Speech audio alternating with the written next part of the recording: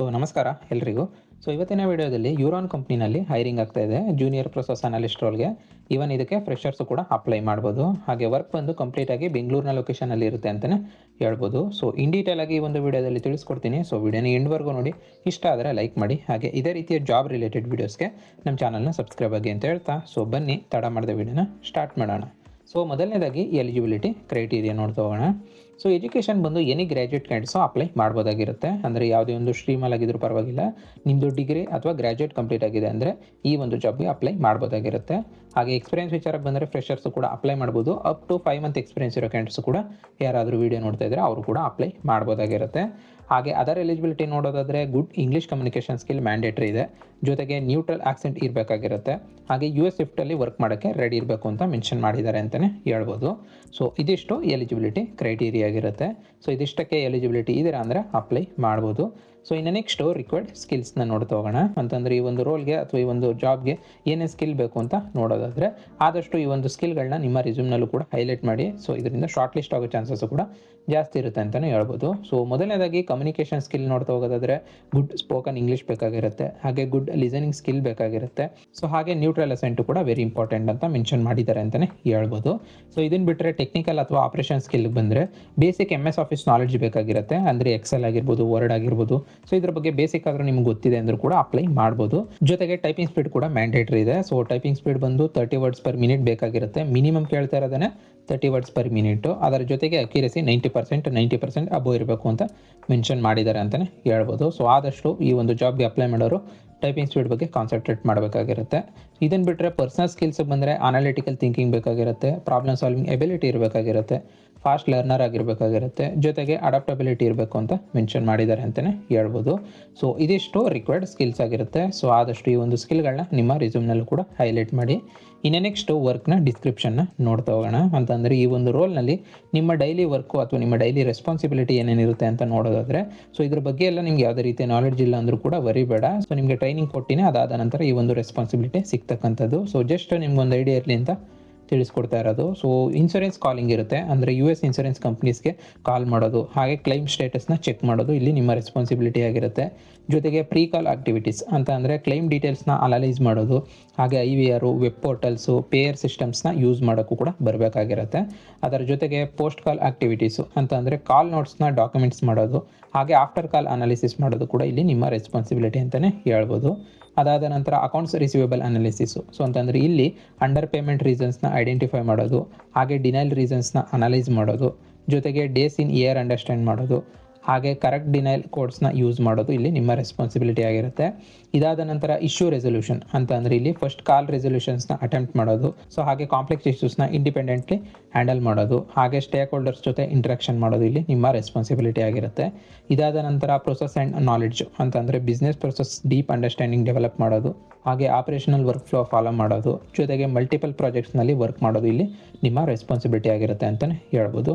ಇದಿಷ್ಟು ಓವರಾಲ್ ಆಗಿ ವರ್ಕ್ನ ಡಿಸ್ಕ್ರಿಪ್ಷನ್ನ ಡೀಟೇಲ್ಸ್ ಆಗಿರುತ್ತೆ. ಇನ್ನು ನೆಕ್ಸ್ಟು ವರ್ಕ್ನ ಶಿಫ್ಟು ಹಾಗೆ ಎನ್ವೈರನ್ಮೆಂಟ್ನ ಡೀಟೇಲ್ಸ್ನ ನೋಡ್ತಾ ಹೋಗೋಣ. ಶಿಫ್ಟ್ ಬಂದು ನಿಮ್ಗೆ ಆಲ್ರೆಡಿ ಗೊತ್ತಿರೋ ಹಾಗೆ US ಶಿಫ್ಟ್ ಅಂತಂದರೆ ಇವನ್ ನೈಟ್ ಶಿಫ್ಟು ಕೂಡ ಬರುತ್ತೆ. ರೊಟೇಷನಲ್ ಶಿಫ್ಟ್ ಇರೋದ್ರಿಂದ ನಿಮಗೆ ನೈಟ್ ಶಿಫ್ಟ್ ಮಾಡೋಕ್ಕೂ ಕೂಡ ರೆಡಿ ಇದ್ದೀರಾ ಅಂದರೆ ಈ ಒಂದು ಜಾಬ್ಗೆ ಅಪ್ಲೈ ಮಾಡ್ಬೋದು. ಇದಾದ ನಂತರ ವರ್ಕ್ನ ಎನ್ವೈರನ್ಮೆಂಟ್ ನೋಡೋದಾದರೆ ಕಾರ್ಪೊರೇಟ್ ಆಫೀಸ್ ಸೆಟಪ್ ಇರುತ್ತೆ, ಟೀಮ್ ಬೇಸ್ಡ್ ಎನ್ವೈರನ್ಮೆಂಟ್ ಇರುತ್ತೆ, ಪ್ರೊಸೆಸ್ ಡ್ರಿವನ್ ವರ್ಕ್ ಇರುತ್ತೆ, ಜೊತೆಗೆ ಕ್ವಾಲಿಟಿ ಹಾಗೆ ಅಕ್ಯುರೇಸಿ ಫೋಕಸ್ ಇರುತ್ತೆ ಅಂತಲೇ ಹೇಳ್ಬೋದು. US ಶಿಫ್ಟ್ ಅಲೈನ್ಸು ಯೂಶುವಲಿ ಸ್ಯಾಲ್ರಿನಲ್ಲೂ ಕೂಡ ಆ್ಯಡ್ ಆಗುತ್ತೆ ಅಂತಲೇ ಹೇಳ್ಬೋದು. ಇದಿಷ್ಟು ವರ್ಕ್ನ ಶಿಫ್ಟು ಹಾಗೆ ಎನ್ವೈರನ್ಮೆಂಟ್ನ ಡೀಟೇಲ್ಸು. ಇನ್ನು ನೆಕ್ಸ್ಟು ಸ್ಯಾಲ್ರಿ ಹಾಗೆ ಬೆನಿಫಿಟ್ಸ್ನ ಡೀಟೇಲ್ಸ್ನ ನೋಡ್ತಾ ಹೋಗೋಣ. ಎಕ್ಸಾಕ್ಟ್ ಸ್ಯಾಲ್ರಿನ ಡಿಸ್ಕ್ಲೋಸ್ ಮಾಡಿಲ್ಲ, ಇಂಡಸ್ಟ್ರಿ ಸ್ಟ್ಯಾಂಡರ್ಡ್ ಪ್ರಕಾರ ನಿಮಗೆ ಸಿಗುತ್ತೆ ಅಂತ ಹೇಳಿದ್ದಾರೆ. ಅದರ ಜೊತೆಗೆ ನಿಮಗೆ ನೈಟ್ ಶಿಫ್ಟ್ ಅಲೈನ್ಸು ಕೂಡ ಆ್ಯಡ್ ಆಗುತ್ತೆ ಅಂತಲೇ ಹೇಳ್ಬೋದು. ಇದರ ಜೊತೆಗೆ ಬೆನಿಫಿಟ್ಸ್ ನೋಡೋದಾದರೆ stable health care domain job, ಹಾಗೆ on the job training, skill development ಇರುತ್ತೆ, ಹಾಗೆ ಕಾರ್ಪೊರೇಟ್ ವರ್ಕ್ ಕಲ್ಚರು, ಜೊತೆಗೆ ಲಾಂಗ್ ಟರ್ಮ್ ಕೆರಿಯರ್ ಗ್ರೋತು ಕೂಡ ಇರುತ್ತೆ ಅಂತಲೇ ಹೇಳ್ಬೋದು. ಇದಿಷ್ಟು ಸ್ಯಾಲ್ರಿ ಹಾಗೆ ಬೆನಿಫಿಟ್ಸ್ನ ಡೀಟೇಲ್ಸ್ ಆಗಿರುತ್ತೆ. ಇನ್ನು ನೆಕ್ಸ್ಟು ಈ ಒಂದು ಜಾಬ್ಗೆ ಹೇಗೆ ಅಪ್ಲೈ ಮಾಡೋದು ಅಂತ ನೋಡ್ತಾ ಹೋಗೋಣ. ಈ ಒಂದು ಜಾಬ್ಗೆ ಅಪ್ಲೈ ಮಾಡೋ ಪ್ರೊಸೆಸ್ಸು ತುಂಬಾ ಸಿಂಪಲ್ ಆಗಿದೆ. ನಾನು ನಿಮಗೆ ಡಿಸ್ಕ್ರಿಪ್ಷನಲ್ಲಿ ನನ್ನ ಟೆಲಿಗ್ರಾಮ್ ಚಾನಲ್ ಹಾಗೆ ವಾಟ್ಸಪ್ ಚಾನಲ್ದು ಲಿಂಕ್ನ ಕೊಟ್ಟಿರ್ತೀನಿ. ಎರಡರಲ್ಲಿ ಯಾವುದಕ್ಕೆ ಆದರೂ ಸರಿ ನೀವು ಜಾಯ್ನ್ ಆದರೆ ನಿಮಗೆ ಈ ಒಂದು ಜಾಬ್ಗೆ ಅಪ್ಲೈ ಮಾಡೋ ಲಿಂಕ್ ಸಿಗುತ್ತೆ ಅಂತಲೇ ಹೇಳ್ಬೋದು. ಈವನ್ ನಾನು ನಿಮಗೆ ಸ್ಕ್ರೀನ್ ಮೇಲೂ ಕೂಡ ತೋರಿಸ್ತಾ ಇದ್ದೀನಿ. ಸೊ ಈ ಒಂದು ಲಿಂಕ್ನ ಕ್ಲಿಕ್ ಮಾಡ್ಕೊಂಡ್ರೆ ಡೈರೆಕ್ಟ್ ಅಪ್ಲೈ ಮಾಡೋ ಪೇಜ್ಗೆ ಹೋಗ್ತೀರಾ. ಸೊ ಅಲ್ಲಿಂದ ಕೂಡ ಅಪ್ಲೈ ಮಾಡ್ಬೋದು. ಇಲ್ಲ ಅಂತಂದರೆ ನೀವು ಅಫಿಷಿಯಲ್ ಪೇಜ್ ಕೂಡ ಇದೆ, ಅಫಿಷಿಯಲ್ ಪೇಜ್ಗೆ ಹೋಗಿ ಅಪ್ಲೈ ಮಾಡ್ತೀರಾ ಅಂದರೆ ಡಿಸ್ಕ್ರಿಪ್ಷನಲ್ಲಿ ಕೊಟ್ಟಿರ್ತೀನಿ. ಸೊ ನೀವು ಅಫಿಷಿಯಲ್ ಪೇಜ್ಗೆ ಹೋಗಿದ ನಂತರ ಜಾಬ್ ಐಡಿ ಹಾಕಬೇಕಾಗಿರುತ್ತೆ. ಜಾಬ್ ಐಡಿನ ನಾನು ನಿಮಗೆ ಸ್ಕ್ರೀನ್ ಮೇಲೂ ಕೂಡ ತೋರಿಸ್ತಾ ಇದ್ದೀನಿ. ಸೊ ಈ ಒಂದು ಜಾಬ್ ಐಡಿನ ನೀವು ಸರ್ಚ್ ಮಾಡಿ, ಅದಾದ ನಂತರ ನೀವು ರೋಲ್ನ ಸೆಲೆಕ್ಟ್ ಮಾಡಿಕೊಂಡು ನಂತರ ಅಪ್ಲಿಕೇಶನ್ನ ಫಿಲ್ ಮಾಡಿ ರೆಸ್ಯೂಮ್ನ ಅಪ್ಲೋಡ್ ಮಾಡಿ ಸಬ್ಮಿಟ್ ಮಾಡಬೇಕಾಗಿರುತ್ತೆ.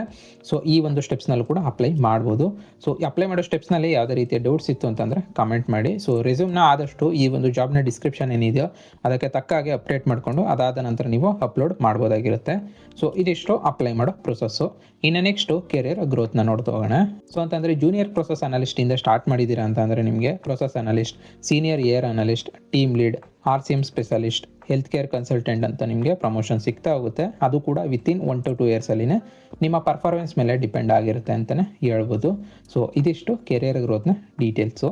ಇನ್ನು ನೆಕ್ಸ್ಟು ಇಂಟರ್ವ್ಯೂನ ಪ್ರೊಸೆಸ್ ನೋಡ್ತಾ ಹೋಗೋಣ. ಅಂತಂದರೆ ಇಂಟರ್ವ್ಯೂ ಯೂಶ್ವಲಿ ಯಾವ್ಯಾವ ರೌಂಡ್ಸಲ್ಲಿ ನಡೆಯುತ್ತೆ ಅಂತ ನೋಡೋದಾದರೆ, ಮೊದಲನೇ ರೌಂಡ್ ಬಂದು ನಿಮಗೆ HR ಸ್ಕ್ರೀನಿಂಗ್ ಆಗುತ್ತೆ. ಇದಾದ ನಂತರ ಸೆಕೆಂಡ್ ರೌಂಡು ಕಮ್ಯುನಿಕೇಷನ್ ಅಸೆಸ್ಮೆಂಟ್ ಇರುತ್ತೆ.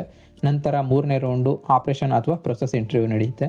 ನಂತರ 4ನೇ ರೌಂಡು ಫೈನಲ್ HR ಡಿಸ್ಕಷನ್ ಆಗುತ್ತೆ ಅಂತಲೇ ಹೇಳ್ಬೋದು. ಸೊ ಈ 4 ರೌಂಡಲ್ಲಿ ಇಂಟರ್ವ್ಯೂ ಇರುತ್ತೆ. ಸೊ ನೀವು ಆದಷ್ಟು ಫೋಕಸ್ ಮಾಡಬೇಕಾಗಿರೋದು ಬಂದು ಇಂಗ್ಲೀಷ್ ಕಮ್ಯುನಿಕೇಷನ್ನು, ಸೊ ಹಾಗೆ ಅನಾಲಿಟಿಕಲ್ ಥಿಂಕಿಂಗು ಜೊತೆಗೆ ಆ್ಯಟಿಟ್ಯೂಡ್ ಆಗಿ ಲರ್ನಿಂಗ್ ಮೈಂಡ್ಸೆಟ್ನ ನೀವು ಆದಷ್ಟು ಫೋಕಸ್ ಮಾಡಬೇಕಾಗಿರುತ್ತೆ ಅಂತಲೇ ಹೇಳ್ಬೋದು. ಸೊ ಇಂಟರ್ವ್ಯೂಲ್ಲಿ ಕೇಳೋ ನಿಮಗೆ ಕಾಮನ್ ಕ್ವಶನ್ಸ್ನ ಅಥವಾ ಸ್ಯಾಂಪಲ್ ಕ್ವಶನ್ಸ್ನ ನಾನು ನಿಮಗೆ ಸ್ಕ್ರೀನ್ ಮೇಲೂ ಕೂಡ ತೋರಿಸ್ತಾ ಇದ್ದೀನಿ. ಸೊ ಈ ಥರ ಕ್ವಶನ್ಸ್ಗೆ ನೀವು ಪ್ರಿಪೇರ್ ಆಗಿ ಹೋಗ್ಬೋದಾಗಿರುತ್ತೆ. ಈವನ್ ನಿಮಗೆ ಗೂಗಲಲ್ಲೂ ಕೂಡ ತುಂಬ ವೆಬ್ಸೈಟ್ಸ್ ಇದೆ, ಸೊ ಅಲ್ಲೂ ಕೂಡ ಸಿಗುತ್ತೆ. ಸೊ ಅಲ್ಲಿಂದ ಕೂಡ ಪ್ರಾಕ್ಟೀಸ್ ಮಾಡ್ಕೋಬೋದು. ಸೊ ಇದಿಷ್ಟು ಇಂಟರ್ವ್ಯೂನ ಪ್ರೊಸೆಸ್ಸು. ಇನ್ನು ನೆಕ್ಸ್ಟು ಪ್ರಿಪ್ರೇಷನ್ ಟಿಪ್ಸ್ನ ನೋಡ್ತಾ ಹೋಗೋಣ. ಅಂತಂದರೆ ಈ ಒಂದು ಇಂಟರ್ವ್ಯೂನ ನೀವು ಕ್ರ್ಯಾಕ್ ಮಾಡೋಕ್ಕೆ ಏನೇ ಸ್ಟೆಪ್ಸ್ನ ಫಾಲೋ ಮಾಡಬೇಕು ಅಂತ ನೋಡೋದಾದರೆ, ಸೊ ಮೊದಲನೇದಾಗಿ ನೀವು ಬೇಸಿಕ್ RCM ಟರ್ಮ್ಸ್ ಬಗ್ಗೆ ತಿಳ್ಕೊಬೇಕಾಗಿರುತ್ತೆ. ಜೊತೆಗೆ AR, ಡಿನೈಲು, ಅಂಡರ್ ಪೇಮೆಂಟ್ ಕಾನ್ಸೆಪ್ಟ್ ಬಗ್ಗೆ ಅರ್ಥ ಮಾಡ್ಕೊಳ್ಳಿ. ನಿಮ್ಗೆ ಯೂಟ್ಯೂಬಲ್ಲೂ ಕೂಡ ಸಿಗುತ್ತೆ ತುಂಬ ವೀಡಿಯೋಸು. ಜೊತೆಗೆ ಇಂಗ್ಲೀಷ್ ಸ್ಪೀಕಿಂಗ್ನ ಪ್ರಾಕ್ಟೀಸ್ ಮಾಡ್ಕೊಳ್ಳಿ, ಬಿಕಾಸ್ ಕಮ್ಯುನಿಕೇಷನ್ ಸ್ಕಿಲ್ಲು ತುಂಬಾ ಇಂಪಾರ್ಟೆಂಟ್ ಇದೆ. ಅದರ ಜೊತೆಗೆ ರೆಸ್ಯೂಮ್ನು ಕೂಡ ಕ್ಲೀನಾಗಿ ಪ್ರೊಫೆಷ್ನಲ್ ಆಗಿರಲಿ. ಅಂದರೆ ಈ ಒಂದು ಜಾಬ್ನ ಡಿಸ್ಕ್ರಿಪ್ಷನ್ ಏನಿದೆಯೋ ನಾನು ಆಲ್ರೆಡಿ ತಿಳಿಸ್ಕೊಟ್ಟಿರೋ ಹಾಗೆ ಸೊ ಆ ರೀತಿ ನೀವು ಅಪ್ಡೇಟ್ ಮಾಡಿ ಇಟ್ಕೊಂಡು ಆ ಒಂದು ರೆಸ್ಯೂಮ್ನ ನೀವು ಕ್ಯಾರಿ ಮಾಡ್ಬೋದಾಗಿರುತ್ತೆ.